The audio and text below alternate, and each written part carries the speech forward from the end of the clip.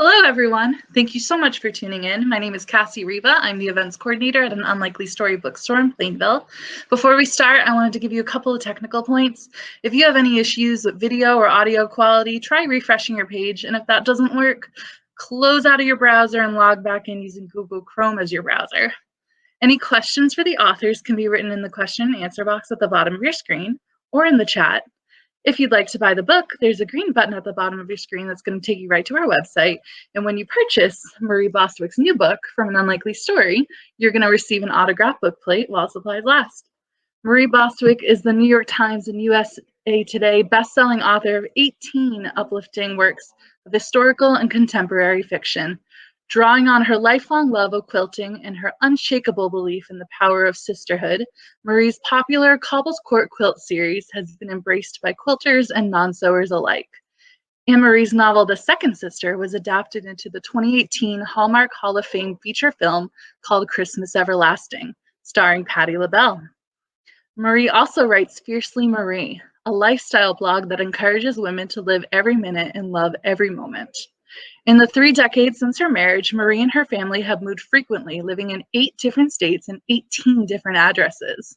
These experiences have given Marie a unique perspective that enables her to write about people from all walks of life and corners of the country with insight and authenticity. She now lives in Oregon with her husband in a beautiful but moderately spoiled Cavalier King Charles spaniel. Tonight, Marie is sharing her new book, The Restoration of Celia Fairchild, a witty and fun novel about a fired advice columnist who discovers lost and found family members while renovating her late estranged aunt's house in Charleston. This book could not have come out at a more perfect time. If the pandemic has taught us anything, it's that we could all use a little restoration in our homes and in our personal lives. Interviewing Marie tonight is the award-winning author, Susan Beckham Zurenda. Susan is a publicist for Magic Time Literary Publicity. She received several regional awards for her fiction, including the South Carolina Fiction Project, the Porter Fleming Literary Competition, and the Southern Writers Symposium. She has also published numerous stories and nonfiction pieces in literary journals.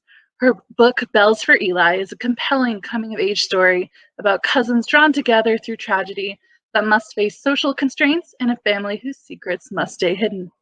Marie, Susan, thank you so much for joining us today. Pull you up on screen.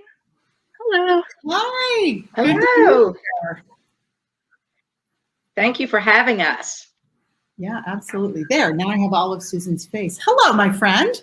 Hey, Marie, and you are traveling, and we are so happy that we can be in conversation tonight while you are at the beginning of a wonderful tour for the restoration of Celia Fairchild. And yeah, I'm so relatively fresh. So.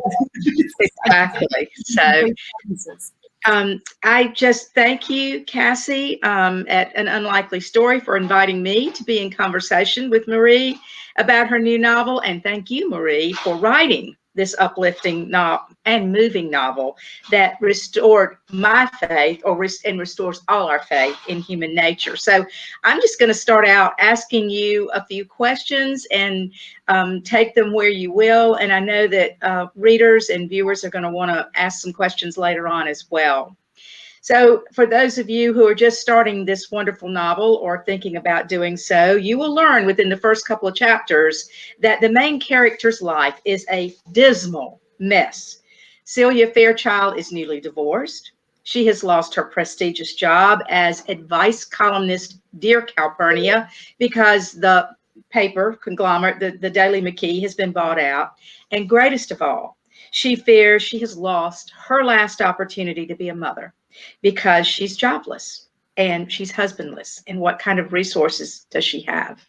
But through her determination and the friendship of an eclectic cast of characters, she slowly restores her life, her soul, her confidence. So Marie, talk to us about the inspiration for this very moving storyline.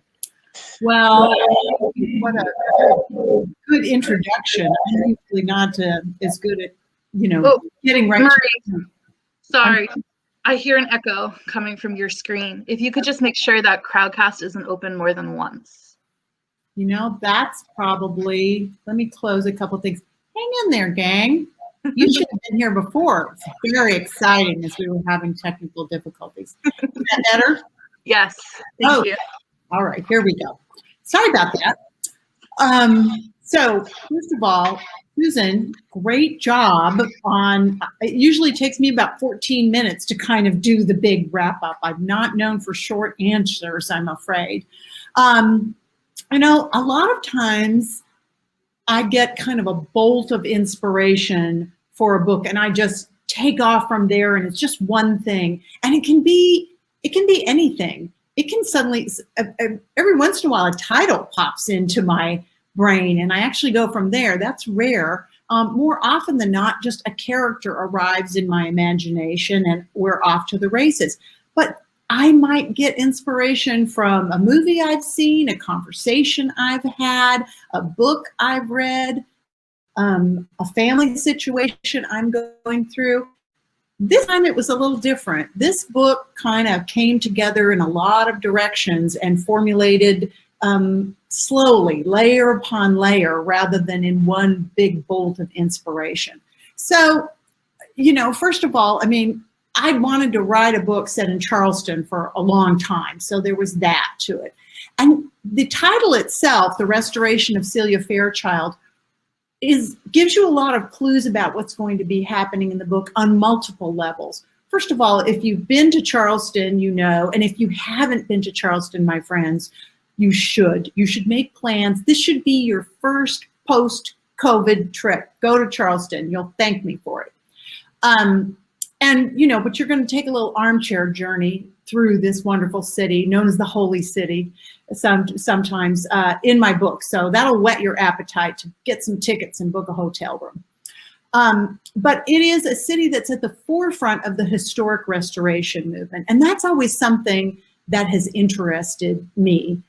When I lived in Georgia, I was a fairly young mom and new bride, and my family and I went to the Savannah and Charleston area for a few weeks, and I, like, all of a sudden was about historic restoration. I wanted to go back to college and get a degree in historic restoration. But yeah, I had these little kids, so that wasn't really going to happen right then.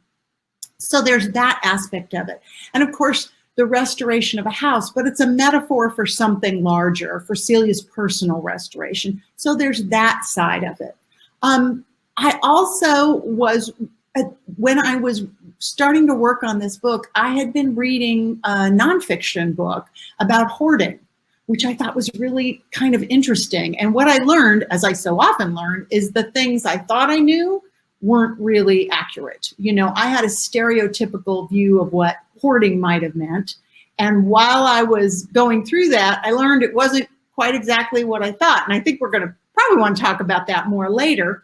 But then the other aspect, I just loved the idea of creating a character who was an advice columnist.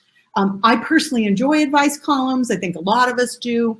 But I wanted someone who was really good at this aspect of her job and gave out such wonderful advice and had such wisdom and insight into other people's lives, but was a little clueless about her own issues. Because personally, I feel like that is the human condition. I don't know about you, but I am so good at knowing what other people should do to fix their problems. I'm a little less tuned in about what I should be doing to fix my problems. So not only did I think that was kind of a funny situation to start with, I thought it was a very honest and true situation. So again, it's, you know, all these little pieces kind of came together until I finally had this viewpoint of Celia. And then one of the last pieces is that Celia has a best friend named Calvin, and he ended up playing a very big part in the book. So it'd be great if there was a simple, you know, I got hit by a lightning bolt answer, but not this time. Well, there's so many wonderful and eclectic characters in the novel, and there are so many intersecting themes in the novel, not unlike your own interest in quilting and crafting, where things weave together to become a whole. So you've talked about, I was going to ask you why Charleston, the setting, but I'm going to move from that since you've touched on that and ask you, you talked about hoarding, and you had been reading some nonfiction books about hoarding. And that's how you came up with the idea to make Aunt Calpurnia a hoarder. But what did you learn about hoarders? You said it wasn't what you thought you knew. What did you learn new? I was under the impression that people became hoarders because there was a lack of abundance in their lives. Perhaps in childhood they felt deprived, and so they felt the need to, gather stuff to them. And that is actually not necessarily the case. I mean, there may be an element of that, but there's a couple of things that are more often the case about hoarders. Very often, there's two things. One that I think is it's charming in its own way. Hoarders tend to be very creative. They are people who see the possibilities. And an example I read, and I ended up reading about 6 books on nonfiction books on hoarding to really kind of, work through. And it was then I was taking notes. I was just sort of seeing what thoughts bubble to the top. I'm not a big note taker. I'm not one of those authors that keeps a notebook. If something is meaningful, it kind of sticks to me. And I know it's important enough to hold on to in that way. But there was an illustration I saw in one of these books and said, if you just handed an object to you, Susan, if I handed you one of those paper cups, the little Dixie cups, and I said, well, what's this good for? And you would say, well, it's good for getting a drink of water. And if you handed it to a hoarder, they'd say, oh, well, you could get a drink of water with it. Or you could get 2 and put a string through them, and you could play telephone with your grandkids. Or if you like to garden, you could start your pea shoots in there and get a head start on your garden. Or you know what? Or you could keep your pills in there and have them at night. And they see so many options for things. And so there's a certain creativity to that that's different. I mean, creative people see possibilities that the rest of us do not. So there's that aspect, and I like that. But the other thing that's probably the most telling and problematic is that hoarders very often just have a really hard time making decisions. They cannot decide what to keep and what to throw away, and so they make no decision. And of course, the decision ends up being that they keep the item, and so that really seemed like kind of a metaphor, because something I have learned in life is that there are times when we need to discard things, not just physically, although my husband feels that I need to discard some of my books and fabric, and I'm telling you right now that he is wrong about that, so there. But emotionally, spiritually, we need to kind of let go of stuff, because if we insist on carrying all the hurt, all the wrongs that was done to us, perhaps all the betrayal we may have experienced in our lives with us, we will be unhappy. It's a formula for it. Susan, I can't hear you. Here you are. Okay. Can you hear me now? I can hear you. Okay. Yeah, it's just such a fabulous metaphor in the book about making choices, not just literal ones. When Celia goes through the house with her friends and they decide what to keep and what to donate and what to throw away. But this is part of our own psyche, and we don't, that's what makes us healthier psychologically, is when we can face the internal baggage. And that's something, I don't know if you want to talk about it a little bit more, but what kind of internal baggage can you talk about without giving too much away does Celia need to deal with? Well, she's had a lot of childhood trauma. She has experienced a great deal of loss, far more than a child should ever have to experience, but it happens sometimes. So she's experienced that.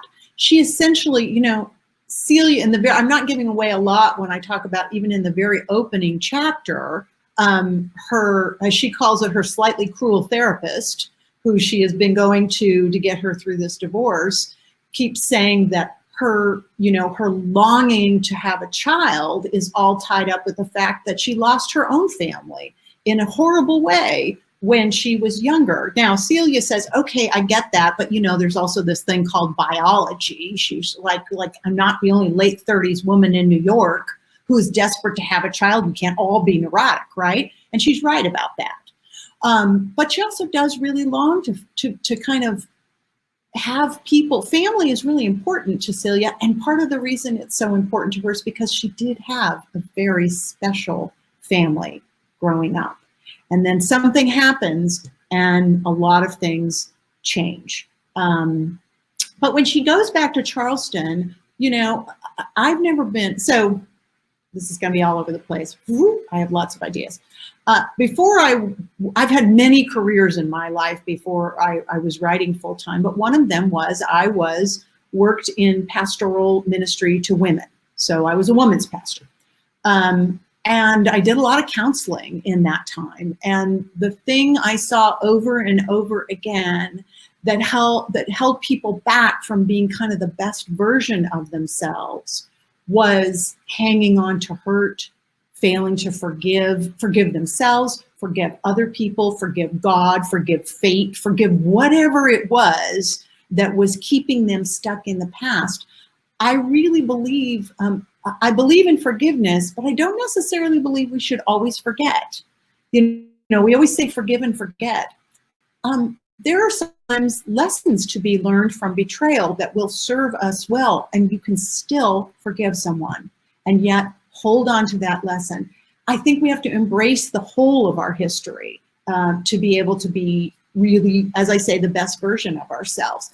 When Celia goes back, she unearths, you know, a lot of painful memories, but she also unearths some good ones that she had forgotten about. So that's really, that's a really important part of her restoration too. I need you to unmute. Complicated relationship with her Aunt Calpurnia, whose home it is that motivates her to move to Charleston. She loves her aunt, but she was also estranged from her aunt, and she's got a lot of baggage, if you will, to sort through. And being at her Aunt Calpurnia's house and doing that restoration is the balm for her soul, I suppose we would say. And speaking of balm for the soul, knitting, crafting is a tremendous motif throughout the novel, and that's a passion of yours. And so I wanted to talk about how in the book, knitting, crafting comes together as an activity for a number of women from very different walks of life, and they bond over this and they become friends. I wanted to read, oh shoot, I don't have my book. Okay, I can't do it. But there's this page. I left my book in the kitchen like an idiot. And so at the bottom of the page, you write so beautifully, 279. And you write so beautifully at the bottom of that page about Celia and how she feels she's knitting something and how it's making her feel. If you just read that little passage. Yes. I picked up another ball of yarn, looped it around the needle, changing the color from sapphire to dandelion. There was only this moment, this day, this room, this stitch, these thoughts. I worked there in silence, looping the yarn and pulling it through again and again and again, adding inch after inch to the blanket meant to wrap the child my heart was so ready to love. Calm fell over me like a soft mist, and I tied a mental knot in my memory to remind myself about just-in-time inventory and the futility of worry and the seemingly contradictory truth that sometimes the freedom to be yourself can only be found by tethering yourself to others. It's just such a beautiful line. And I wondered if you could talk about that a little bit. What is it about friendship? I mean, my best friend, who's been dead for a number of years now, used to say, I know you better than you know yourself. And I think she was right. What is it about tying yourself to others, tethering yourself to others, and crafting that brings people together to do that, that helps us to understand ourselves better? Well, I mean, it doesn't always do that for everybody, but it has for me. And, you know, they say you write what you know. I've written what I know. I have really dear, dear lifelong friends who would never have been my friends if not for crafting. And, you know, I'm very much known for quilting. Quilting is probably my primary craft outside, or, you know, art form outside of of writing, but I never met a fiber art I didn't like. So, and that was fun for me in this book because these are all people who have different interests. Celia knits, Felicia is working on a quilt, Pris is embroidering, people, Caroline is crocheting. So, but they're all creating together. And I have a personal belief that creativity is just a necessary component of a happy life. So there's that. I also find that crafting, when you're doing it alone, it can be very meditative. And for me, a lot of times when I've had a problem or a concern or something I just couldn't figure out, sometimes the answer just appears when I don't think I'm thinking, because I'm very involved with that yarn or that fabric or that whatever. Yeah, yeah.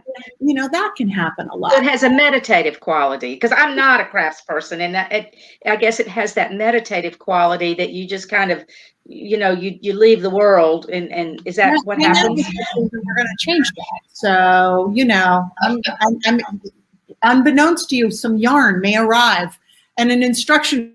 I did smock a lot. I smocked a great deal when my girls were little, but I haven't done it in years. Well, it's time to get back into it. Oh, goodness. There's that, there's that aspect. But as a writer, I have not through all of my books, but through many of my books, I have included crafting, quilting, whatever it is of some type. And there is a reason for that.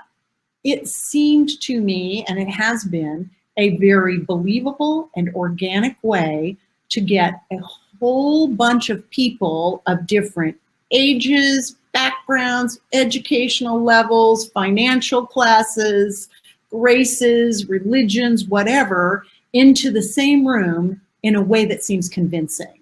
So I am known for having multi-generational casts of characters. There is rarely two characters that are similar. So how do you make those people connect? Well, for me, that's always been through crafting, because that's been, because that is how people connect, and you know that in your life. Absolutely. You are short on friends. Go to your nearest quilt shop or yarn store, bring a thing, and if there's a few people around, say, I just don't know what yarn I should use for this. What colors do you guys think? And you're going to have 9 new best friends, because that's the fun part, Oh, that's so wonderful.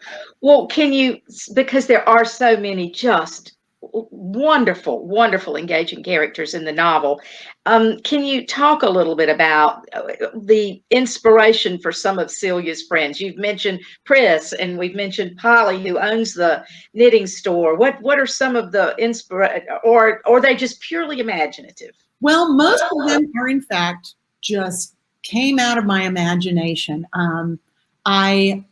I will say there's a couple that were drawn from maybe a few people I've met, but not necessarily known well. Felicia is a retired Latin teacher, a very dear, dear friend of mine who has passed away quite a few years ago, sadly, was a beloved Latin teacher. I mean, she was a really popular teacher in her school, and in South Georgia, and all of a sudden it was Latin was the cool thing to take because Edith was awesome. And so there was a little bit of that. And Edith was also just so terribly Southern. I don't think I ever saw the woman without pearls. And I will remember one night, and she was loving and delightful, but also every inch a lady. This is a story. So one night my husband and I were out just driving around town. We were kind of bored, and we saw Edith and Jean's porch light on. So we just went up and knocked on the door, and we were just kind of sick of each other. I love my husband, but there are times when you're just tired of each other. So we went in and we sat down, and Edith, of course, there was always a pound cake under the dome. So cut us some cake and made us a drink, and we were sitting there, and we just started kind of bickering at each other. And Edith, smiling without missing a beat, said, if you're going to fight, you have to go home. And I thought that was just about the most perfectly Southern thing I had ever heard. So we wanted to stay, so we quit fighting. I thought that was a great story. Most of the characters are just people I pulled out of my imagination. Now, there's one case that is different. The character Calvin LaGuardia is modeled on my best friend, Mark Lipinski. It's not Mark to a T, but it's an awful lot of Mark. And that's wonderful. And especially when the two of them are talking, those scenes were just such fun for me to write, because not so much what they say necessarily, but the cadence of their conversations. You know, Mark and I are just, rhythm. Yeah, we Yes. ping pong back and forth. We tease each other all the time. You know, he'll be like, girl, and I'll be like, hey, boo-boo, now listen. And so it's just what we do. So that was really fun. And if you look in the very front of the book, it is in fact dedicated to Mark Lipinski, my BFF forever and ever. Isn't that wonderful? Oh, that's wonderful. And I know he must love the book, and I'm sure he read it early on, and I know he must love it. He did read it, in fact, and he and I got to do a conversation a few days ago, and it was a blast. You know, it was a lot of fun. Patricia says Mark Lipinski is the best. Yes, he is, Patricia. Well, that's just delightful. And I want to ask one more quick question. Then I know Cassie would like to let other folks ask questions too. But one more thing about character. The character of Celia herself, who is such a strong and such a genuine character, and us talking here tonight and hearing your love and genuineness, I know there's some of you in Celia, but you may not know yourself. So much is subconscious. You may not know yourself what elements of you might be in Celia, but maybe you do know some, and touch on that, and then I'll turn it over to Cassie. Well, I have to say I did put a lot of myself into this book, probably more than maybe just about any book I've ever written. And it was, I'm so happy with the way this book turned out, but I will tell you, it's hard for me every single time. It's always so funny to me when authors say, you know, oh, the book just wrote itself. I keep waiting to have that book. It never happens. You know, I've done this like 19 times, and I'm still waiting for the book that writes itself. It's always a struggle. It always feels like I'm pulling my fingernails out with a claw hammer. But this book did take not a toll on me, but it required me to kind of dig down deep. When I finished the first draft of it, and I usually go through 6 to 8 rounds of revisions, it was good, but it wasn't all it could be. And I sent it off to my editor, and she came back and she said very nice things about it. And she says, you know, I think it's good. And I said, no, I'm going to rewrite it.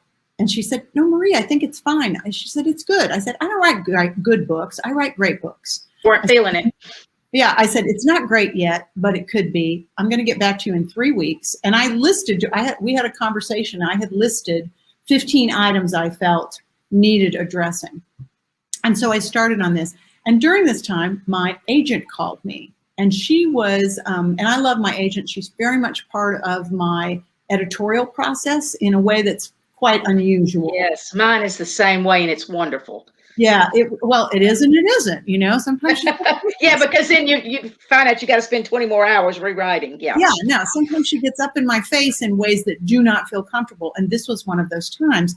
And we've been together 10 years, so we're kind of an old married couple by now. And, you know, we have our arguments. And we had this rather heated exchange, which ended with me saying, Liza, leave me alone. I do not write biography. And I said, I will talk to you tomorrow or the next day. And she's smart. She knows when to back off. She doesn't take these things personally. She said, okay, I'll talk to you when you're ready. So I thought about it for a couple of days. And she was just pushing me to kind of be more vulnerable in my writing. And I saw that she was probably right.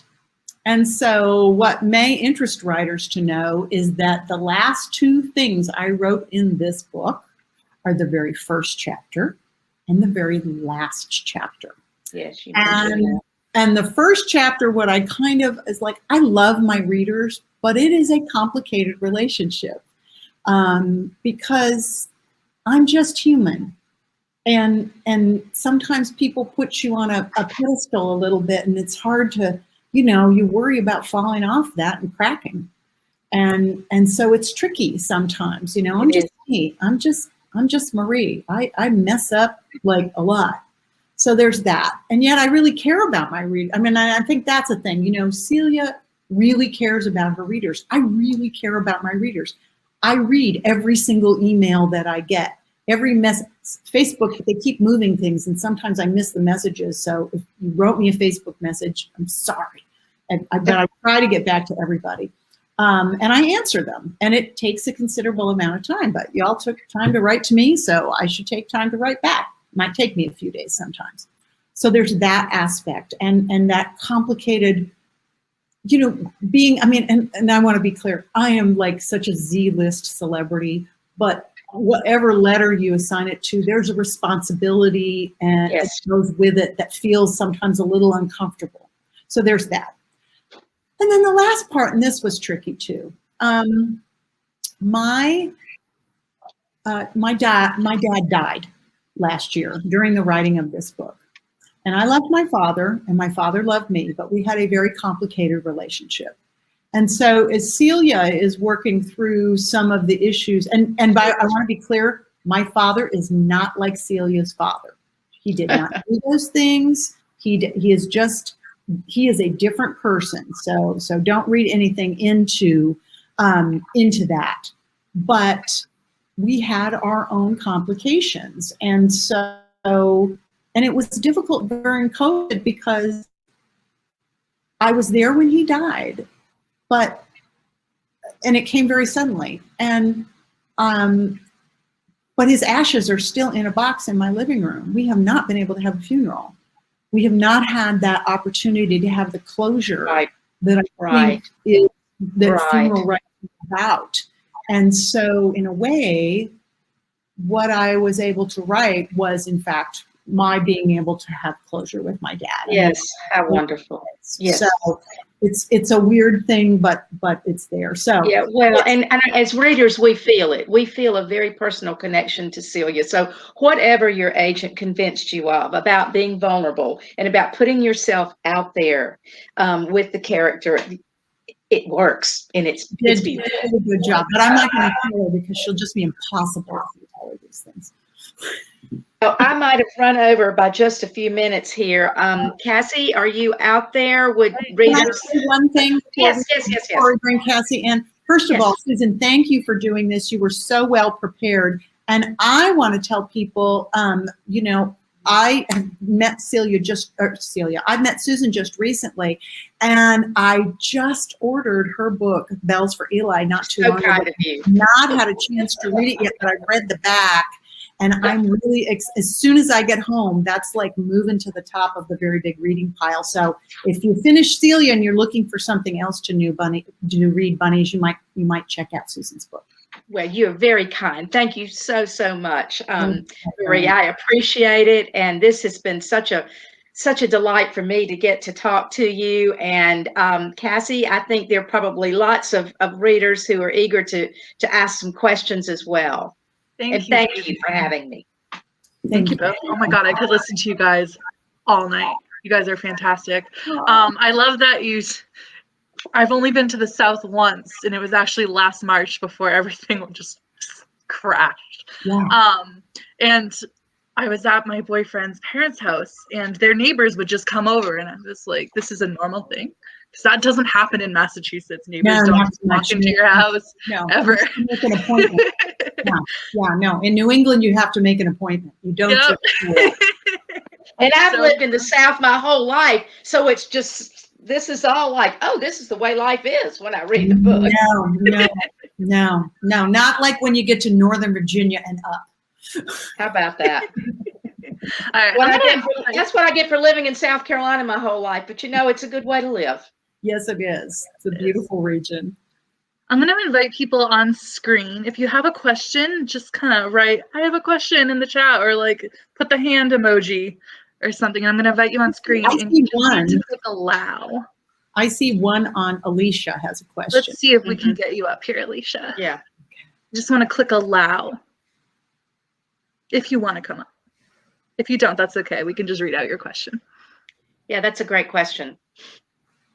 Oops, she's accepting. All right, while we wait for her, I'm also going to invite up Nancy. And if others of you have questions, put them in there. I see that Patricia Middleton also says the one who has the most fabric in the end wins. That's what I think too. I love that comment. I just read that. That is a great comment. Oh, and Pam Johnson. Hi, my friend. She says, I do write great books. I love you. Pam is a dear friend from Texas. You mentioned a lot of food in your book. Are those recipes that you have made or that you just enjoy? Oh, hi, Alicia. Hi, Alicia. Alicia, you had a question? How did your family position reading in your everyday life growing up, and how did that impact getting into book writing? Well, gosh. So my family position as far as like birth order? Or no, as far as just how they encouraged you or not, or the general. Nobody had to encourage me. Like, I practically came out of the womb reading. I used to get in trouble for reading too much. My mother is a wonderful person, and I love her and adore her, but she wasn't a big reader. She reads more now, and she reads my books, and she really likes this one. She does wish that I had like more horses and cowboys in my books, but she's very, very supportive. My dad was a big reader, but my dad didn't live with the family after I was about 4. So, I think it's just what I did. I will tell you, I'm rather proud of this. I was the youngest person at that point, at least, who ever had her own library card at the Lane County Library in Eugene, Oregon. And the reason I had it is because at that time, to have your own library card, you had to be able to write your own first and last name. And I've got a pretty long name, and I practiced and practiced and practiced. And the day I was able to write my own first and last name, my mother came home and I said, we are going to the library. And I got my card. I was 3.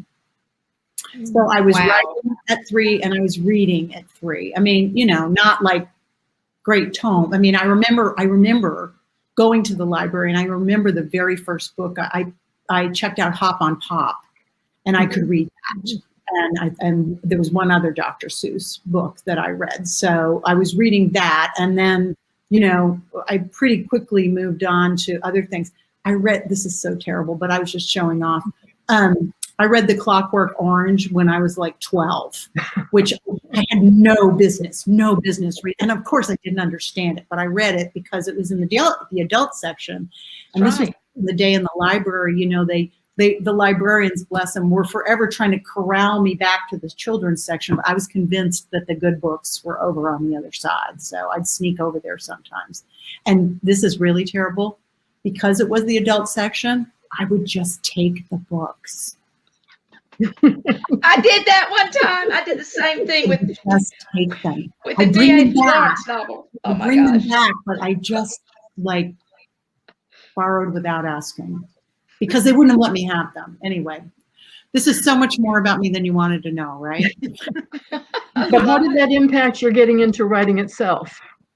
Well, I think, I think it's how I learned to write. I was not from a particularly wealthy family, especially since my dad left and my mom was raising 4 kids by herself. So I would say that my education was really spotty at best.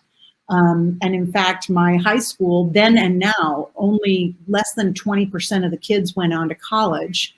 And of that 20%, a far lesser, percentage actually made it through all 4 years. So I was very lucky, but there was just a lot of things it wasn't until I actually was writing and being in situations where there was instruction going on that I panicked at first because I didn't understand what first and third person meant. I didn't know what those terms were. But here's the thing, I do it. I do it because I grew up reading. So I learned to write in some sense by the fact that I was such a voracious reader. To this day, I can do things, but I can't tell you why I know it's right. I just know if it's right. Now, that does mean that I break some rules sometimes, particularly in in what's considered okay for modern things. There's a big thing right now where you just have to stick with one point of view and never ever alter from that. And that's stupid, and I don't do it. If it serves the story, I might go from first person to third person. I'll break the fourth wall and address the reader directly sometimes if it serves the story. And if you go back and read like books from, the past century, early 1900s, they did that all the time. But somebody at some point, I don't know who, decided you had to just stick with one point of view, and I think that's dumb. As long as it works, you can do it. So really that was that. And also it just, I wrote always, I just had such a longing for stories that it seemed kind of natural to want to make my own. Does that make sense? Yeah. Thank you. Good. Thank you, Alicia. That was a great question. Thank you. It was a great question. All right. It looks like I just Nancy's can't having believe trouble you took an getting adult book from the library, because I did the same thing. That is just so amazing to me. No, I feel bad about it to this day. I didn't mean to holler out, but I thought, oh my gosh, I thought I was the only person who did that. No. This next question is from Nancy. Marie, why do you call your husband Chairman? Oh, well, this is actually a pretty funny story. So my husband has had a career in transportation, and he still serves. He keeps saying he's retired, but it's not true. He does consulting. He sits on 4, different boards, one volunteer, but the rest are kind of paid. And he is he works as many hours as I do, which is less than he used to, but still. So on those boards, he was in fact, he was named chairman of the board, which is kind of a big deal. And so, he came down from this meeting where he'd been elected, and I kind of went, oh, Mr. Chairman, and he liked it, and it stuck. So he's the chairman forever. That's awesome. I think we got one more.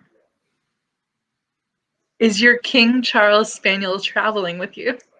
I wish she was. Unfortunately, she is not. When I am traveling in my car to like regional things, I do sometimes bring her because, I can have her. But this is a pretty long trip, and I'm in a lot of different hotels, and making sure that,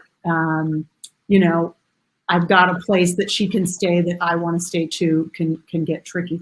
This is why I really think I need a really fancy RV, because then I could always bring the dog. It's a great idea. Yeah. I actually, years ago, I rented an RV. Well, I had an RV, and it was just, don't buy a 20-year-old RV, children. Just listen to your Aunt Marie. It's always a bad idea. But I had rented an RV to make sure I liked it. And I, in fact, took my last Cavalier King Charles Spaniel, whose name was Oliver, who was a dear, dear boy, with me on tour. And it worked out. It was so great because he went with me. He would go into the bookstore on his little leash. Everyone would admire him. Everyone would want their picture taken with Oliver. No one paid any attention to me whatsoever. I would do my little presentation. And at some point, Oliver, without barking or pawing at me, I would just know he was done. He was ready to go. I would look for the youngest bookseller in the place. I would hand the leash, and I would say, Oliver wants to go to his trailer now. And they would take him back to the, to the RV. And it was great. Wish we could do that again. Oh, how wonderful. Hey, That was the Susan. last question. Thank you guys so much. This was I could honestly listen to you guys for another 2 hours. What a great conversation. Marie, you can tell how much wisdom you have. For 2 more hours. Introvert. We go on and on. This book is so good, and I can't wait to read your It book, is. Susan. Click Thank the green you. button below, and you can purchase all of Marie's and Susan's book by clicking that green button. Thank you guys so much. And Marie is so awesome that she signed book plates for you when you purchased the new book. And Cassie, if you run out, I took a bunch of plates with me on the road. So if you need them, you let me know, and I will mail more to you quickly. And my friends who are here, I know a lot of you have already read the book. I thank you so much for being here. If you haven't read the book, or if you need another copy for a gift, it would be great if you would get one from An Unlikely Story, because local bookstores are the heartbeat of our community, and so we need to support them. So thank you. Yes, And I we do. couldn't be here without them. So thank you very much. Thank you. Have a great night, everyone. Thank you. Enjoyed it.